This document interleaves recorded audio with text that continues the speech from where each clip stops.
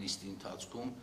150-ից ավել հարցեր հնչեցին այս 3 օրվա ընթացքում, տրվեցին պատասխաններ, այլ բան է թե պատասխանները որ կողմին ինչքանով բավարարեց, բայց բնականաբար այս գործընթացը այսօրվա նիստով չի ավարտվում, ենթադրում եմ, որ կողմերը կփորձեն իրենց իրավունքները պաշտպանել այլատյաններում եւ հետեւաբար process-ը դեռ ունի շարունակություն։ Process-ը ունի շարունակություն նաեւ այն իմաստով, որ այսօրվա նիստի որոշմամբ մենք ընդհանրապես դադարեցրեցինք Հայաստանի էլեկտրական ցանցեր փակ բաժնետիրական ընկերության լիցենզիան, բայց դրան պետք է օրենքով նախատեսվում է արդեն գործընթացներ, առաջիկա 3 ամիսներին պետությունը սեփականատիրոջ հետ կսկսի կամ Հայաստանի փակ բաժնետիրական ընկերության տնօրենների խորհրդի հետ կսկսի բանակցել գույքի սեփականության իրավունքի փոխանցման վերաբերյալ եւ եթե այդ 3 ամսվա ընթացքում կողմերը չգան համաձայնության, ապա դրանից հետո պետությունը կարող է գերակաշահի իրավունքով վերցնել այդ սեփականության իրավունքը, թե ինչ ընթացք կստանա այս նախանշած փուլերը ոնց կլինեն, դա ժամանակը ցույց կտա։ Ընդհանուր այսքանն եմ ասում,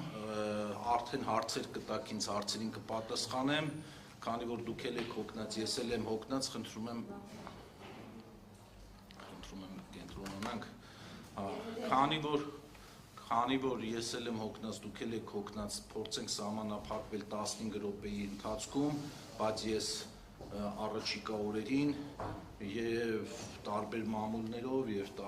հեռուստատեսությամբ ավելի մանրամասն, ավելի հանգիստ իրավիճակում կփորձեմ ինձ ուղղված բոլոր հարցերին պատասխանել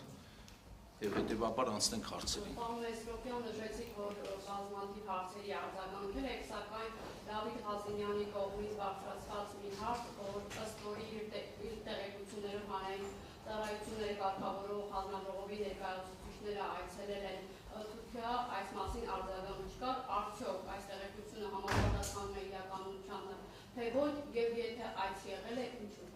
Սա կապված է այս process-ների հետ։ Շնորհակալություն, այդ հարցին ես մինչև հիմա չէի արձագանքում, քանի որ իմ պաշտոնը ապաքաղաքական պաշտոն է եւ պաշտոնի անձնագրով նիստերի վարման կարգով անջատեք, խանգարում եք, 3 օր խանգարում եք, ժողովուրդ ջան, բանը, նիստերի վարման կարգով ես իրավունք չունեի որոշումից առաջ կարծիք դիրքորոշում հայտնելու, որպեսզի դա չդառնար միջնորդության հիմք, բացարկի եւ այլն, հետեւաբար հիմա արդեն քանի որ որոշումը կա, ես ազատ եմ դիրքորոշում հայտնելու մեջ, կփորձեմ նաեւ իմ դիրքորոշման մեջ քաղաքական դիրքորոշում չհայտնել, իսկ ինչ է եղել իրականում հետեւյալի մասին է խոսքը, այո, հանձնաժողովի 3 անդամ, հանձնաժողովի 1 անդամ Սերգեյ Աղինյանը եւ 2 անդամներ Դավիթ Մուրադյանը եւ մյուս անդամը Ելենա Բաբոյանը մեկնել են Թուրքիա այս տարվա հոկտեմբեր ամսին հետեւյալ օրակարգով եւ հետեւյալ թեմայով Հայաստանի Հանրապետությունը 99 թվականից հանդիսանում է էներգետիկ կարգավորողների տարածաշրջանային ասոցիացիայի ոչ միայն անդամ, այլ նաև հիմնադիր անդամ։ 99 թվականից այս ասոցիացիան ստեղծվել է 1999 թվականին եւ Հայաստանը ստեղծման օրվանից հանդիսանում է այդ ասոցիացիայի հիմնադիր անդամ։ Ասոցիացիայում ընդգրկված են աշխարհի 47 երկրներ։ Եվ ի ուրախություն մեզ, երևի դա մեր թերությունն է, որ մեր լրատվականով, կայքերով այդ մասին չթմկահարեցինք, այս տարի Օմանում, մայիս ամսին էր, եթե չեմ սխալվում, իմ գլխավորությամբ եւս պատվիրակությունը այդ ասոցիացիայի աշխատաժողովներին մասնակցել է Օմանում եւ հանձնաժողովի անդամ Սերգեյ Աղինյանը ընտրվել է այդ ասոցիացիայի նախագահության անդամ 3 տարով։ Ասոցիացիայի աշխատանքային ռեժիմը այսպիսին է, տարին 2 անգամ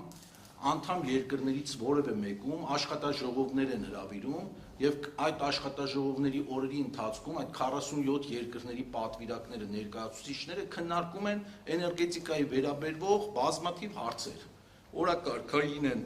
մեր այս ժամանակաշրջանում հատկապես վերականգնող արևային էներգետիկայի հետ առկա խնդիրները, որոնք ոչ միայն մենք ունենք մեր երկրում, իմիջիայլոց այդպիսի խնդիրներ ունեն գրեթե բոլոր երկրները, որոնք որ սկսել են արևային էներգետիկա ներդնել իրենց երկրում եւ հետեւաբար տարատեսակ խնդիրների կամ նոր հանգամանքների առաջ են կանգնում։ Ինչպես նաև շուկայի ազատականացման վերաբերյալ օրակարգային խնդիրներ ունենք, հիմնականում վերջի այցելության ժամանակ Թուրքիայում այս խնդիրներն են շոշափվել եւ հետեւաբար խոսել այդ մասին, իլուր աշխարհի հայտարարել ազգաբնակչությանը, որ այ տեսեք, ինչպես ձեր նշված անձնավորություններ իր խոսքում նշել, ես մամուլից եմ տեղեկացել, որ այ տեսեք գնացել են Թուրքիա, որ բանակցեն, որպեսզի գան հեծը վաճառեն թուրքերին, դա կներեք առնվազն նման է Գեբելսյան քարոզչությանը, որ որքան սուտը մեծ է, այնքան հավատացողները շատ կլինեն։ Օգտվելով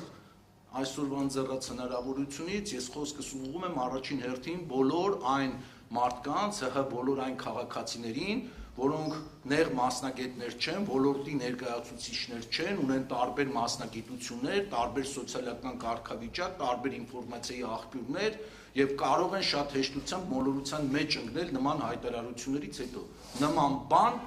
պարզապես չկա։ Շնորհակալություն։ Համեցեք։ Ամեն դեպքում ձեր որոշումից անկախ թե հետագա ընթացքի ինչ կլինի, պետությունը ըստ էության հարյուրավոր միլիոնների կապավորություն հասցնում, որ սցենարը ամեն ինչ գնա պայմանավորվեն, թե հանրային երախտապ շահի ճանապարհը։ Դուք այդ պատասխանատվությունը հիմա չեք զգում, որ ըստ էության ձեր այսօրվա որոշմամբ պետությանը եւ ուսերսենքներին մի շատ մեծ պատասխանատվություն։ Մասնավորապես գերությունից այդ պայմանավորությունները փոխանցվում են պետության Ժողովուրդ ջան, հարցի շարունակություն սա սպառողը կարող է հետագայում իբրած ջահացիներ ոստանքը կանգնանա։ Շատ ծավալուն հարց եք տալի մեկ նախադասության մեջ, բայց ես կփորձեմ դրան ընդգրկում պատասխանել ելի կարճ նախադասությամբ առանց մասնագիտական ինչ-որ շերտերի մեջ խորանալու։ Ի սկզբանե այնինչ որ սկսվեց եւ այնինչ որ կատարվում է մեր 34 տարվա պետության մեջ,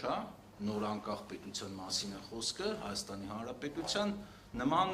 առիթ եւ նման իրավիճակում ոչ մեկս չենք հայտնվել եւ գնալ նման քայլերի եւ հայտարարել, որ ճանապարհին դեպի նպատակ գնալուց որևէ ռիսկից մենք կարող ենք զերծ լինել, դա առնվազն պատեհապաշտություն կլինի։ Բայց ես որպես հանրային ծառայություններ կարգավորող հանձնաժողովի նախագահ եւ առաջիկա ժամանակահատվածում ինչքան որ կաշխատեմ այդ պաշտոնում,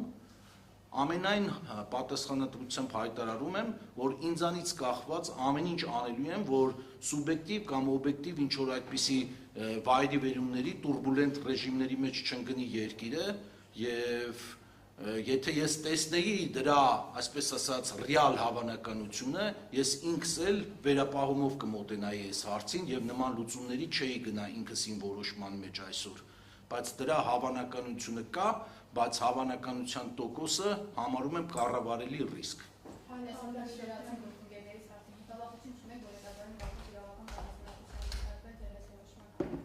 Եվ ոսանքի կանգնացման հավանականությունը։ Դա այլ հարց է, անդրադառնամ դրան։ Այսինքն ես մի քիչ լավ չընկալեցի, որ մտավախություն չունեմ, որ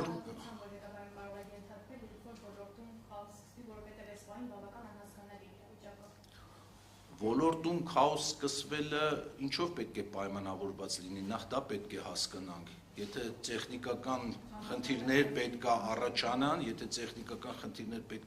ես այդ մասով խնդրին արդեն պատասխանեցի հարցին, որ այդ ռիսկերը ես կառավարելի եմ համարում եւ բարեբախտաբար արդեն ըստ էության 4 ամիս է ճիշտ է դեռ հեծը գործում էր իր նախկին լիցենզիայի ուժով, բայց կառավարիչի ինստիտուտը ներդրված էր եւ այս 4 ամիսների ընթացքում որևէ մեկը չի կարող ֆիքսել կամ ապացուցել, որ այդ տեսեք նոր կառավարիչի նշանակմամբ հեծը ավելի վատ վիճակում հայտնվեց, մատակարարման եւ որակը կամ սպասարկման որակը ավելի է վատացել, բայց Քավլիցի աչքով չտանք, պետք է շարունակենք այդ տեմպը պահել եւ ավելի լավացնել Իսկ արդեն պատասխանատվության, քրեական պատասխանատվության ենթարկվել չենթարկվելու վերաբերյալ ես հետևյալ ընդամենը կարող եմ ասել, որ առաջին օրվանից լրագրողները ինձ այդ նմանատիպ հարցեր ուղղել են եւ ես միանշանակ ասել եմ, որ առաջին հերթին ես գործել եմ իմ խղճի ներքո եւ իմ համոզմունքներից ելնելով, եթե ես չտեսնեի, որ կա օբյեկտիվ եւ սուր խնդիրներ այդ համակարգում, բնականաբար ինքնանպատակ որևէ նպատակայլի հաճախ ինձ մեղադրում են եւ լրատվական միջոցները եւ տարբեր կողմեր քաղաքական պատվեր կատարելու մեջ, քիչ հետո կանդրադառնամ նաեւ հանձնաժողովի անկախության բանը կասկածի տակ դնելու հարցին, նրանք ովքեր որ ճանաչում են ինձ, ծանոթ են իմ կենսագրությանը, շատ արագ եւ ովքեր որ ծանոթ չեն կարող են ծանոթանալ, ես իմ կենսագրության տարբեր փուլերում բազմաթիվ այդպես հարցերում կարողացել եմ սկզբունքայնություն դրսևորել եւ ոչ միշտ է որ իմ սկզբունքայնությունը համընկել է այդ օրվա իշխանության կամ պետական կառավարման համակարգի վեկտորի ուղղության հետ։ Հետևաբար ես կաշկանդված չեմ եղել երբեք իմ տեսակետը առաջ տանելու այնպես, ինչպես ես եմ մտածում, իսկ հեծի դեպքում այդ նույն տրամաբանությամբ եմ գործել եւ տեսել եմ այնտեղ խնդիրներ, հետեւաբար այդ խնդիրներից ելնելով է եղել իմ գործունեությունը։ Անդրադառնամ միանգամից սպասվող այն հարցին, որ ՀՑԿ-ի հանրային ծառայությունները կարգավորող հանձնաժողովի անկախության աստիճանը նվազեցվել է այս նոր էներգետիկայի մասին նոր օրենքի փոփոխությամբ եւ հանրային ծառայողի մասին օրենքի փոփոխությամբ, դա իրապես այդպես չէ, որովհետեւ օրենքով ինձ տրվել է վարույթ հարուցելու իրավասություն, բայց ինչպես տեսակ, կոլեգիալ մարմինը շարունակում է գործել եւ այսօրվա նիստը ամփոփվեց կոլեգիալության սկզբունքով, որովհետեւ այսօր այս որոշումը չէինք ունենա, եթե չքվեարկեին հանձնաժողովի մնացած անդամները։ Անգամ դուք ականատես եղաք, որ հանձնաժողովի մեկ անդամ դեմ քվեարկեց իր համապատասխան դիրքորոշմամբ։ Հետևաբար խոսել ժողովրդավարության անկման, խոսել հանձնաժողովի անկախության աստիճանի նվազեցման, խոսել քաղաքական պատվերներ կատարելու մասին, դա առնվազն ես համարում եմ սխալ դիտարկում։ Պարոն Մեսրոպյան, կներեք, դուք հենց նոր ասացիք, որ գործել եք խղճի մոտով, տեսել եք ախտումներ եւ չի կարող այդ որոշումը բան չանել։ Այո, ես բացառապես այս բան իմ անունից եմ խոսում, ահա շատ բարի։ Մինչև այս Սամվել Կարապետյանի հետ կապված իրադարձությունները, արդյոք չկային այդ ախտումները։ Իհարկե կային, շատ լավ հարց եք տալիս։ Ուրեմն ես հանձնաժողովի նախագահ եմ դառել իմիջայլոց ամսի նոյեմբերի 15-ին լրացավ իմ 1 տարին հանձնաժողովի նախագահ ընտրվելու եւ նշանակվելու 1 տարին եւ այդ 1 տարվա ընթացքում ես ոնց սկսել եմ այդ ոլորտի աշխատանքները տանել առաջ, առնվազն հասցրել եմ այդ ընթացքում 2 անգամ ձեր ասած, ձեր մատնանշած պատճառներով տուգանել հետ Փակbaşnet իրական ընկերությանը եւ արդեն այս մեծ վարույթներ, երրորդն էլ, որի շրջանակներում եղավ այն ինչ որ եղավ։ Իսկ թե ինձանից առաջ ինչ պարբերականությամբ եւ ինչ խախտումներ են եղել եւ ինչպիսի դրսեւորումներ է պահել ունեցել ՀՑԿ-հն, դա այդ հարցով ես ասենք բան կոռեկտ էլ չի, որ ես հիմա դրա պատասխանը ես տամ, որտեվ ՀՑԿ-ն ստեղծվել է 97 թվականից եւ ես չեմ կարող 97 թվականից մինչեւ իմ նշած ժամանակահատվածի սկիզբը պատասխանել բոլոր նման հարցերին։ Պարոն Մեսրոպյան, ասեցիք անդրադառնանք նաև հոսանքի գնի իջեցման։ Շատ լավ։ Ուզում եմ անդրադառնալ, որտեղ ժողովուրդը Շատ լավ, շատ